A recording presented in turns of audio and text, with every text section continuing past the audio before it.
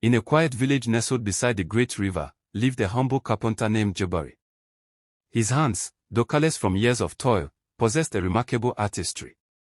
He crafted not just furniture, but dreams in wood, cradles that rocked with the hope of new life, tables that held the laughter of families, and doors that welcomed weary travelers. Jabari was a devout man, his faith as solid as the oak he often carved.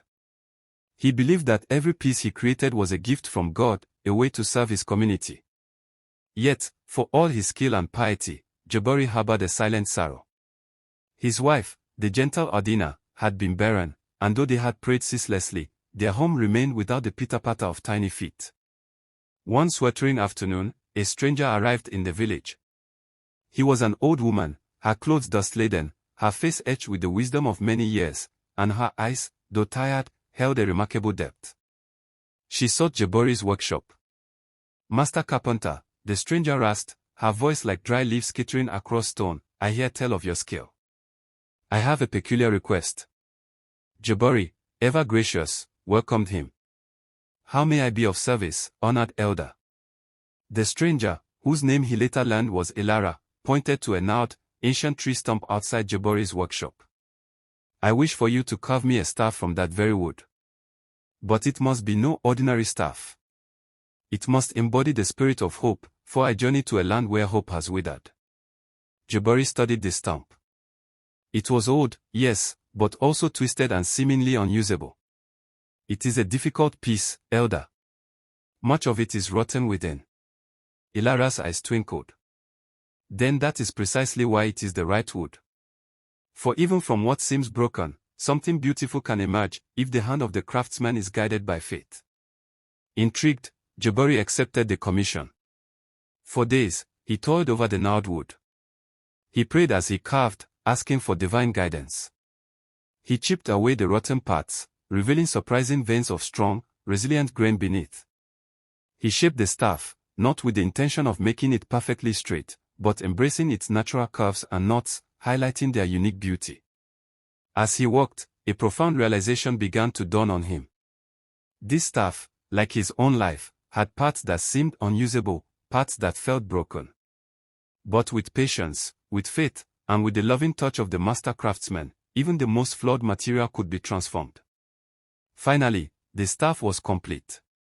It was magnificent.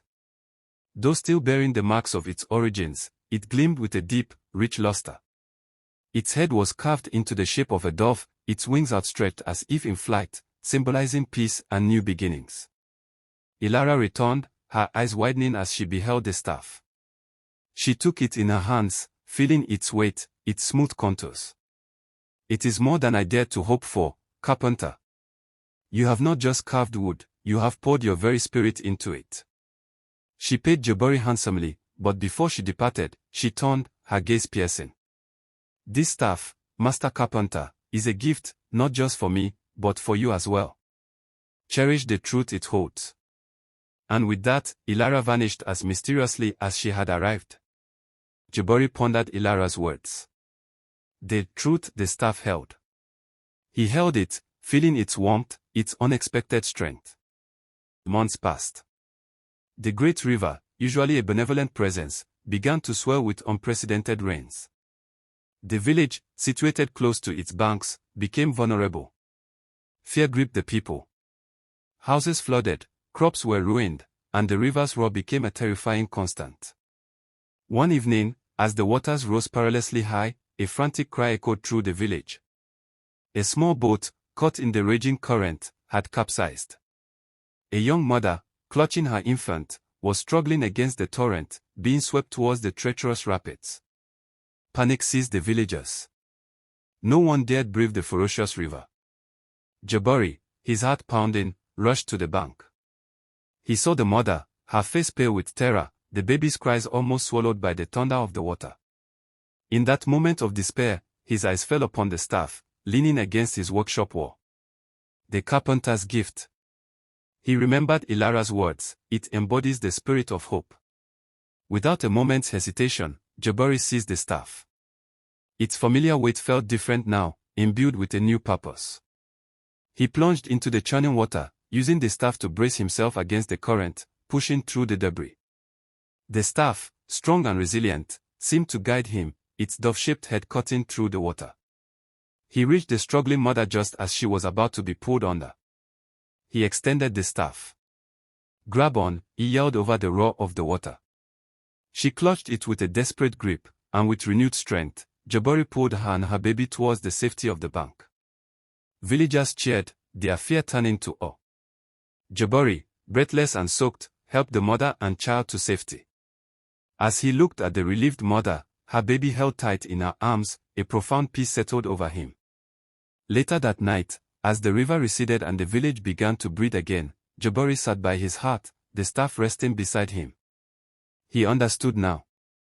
The carpenter's gift was not just the staff itself, but the lesson it imparted.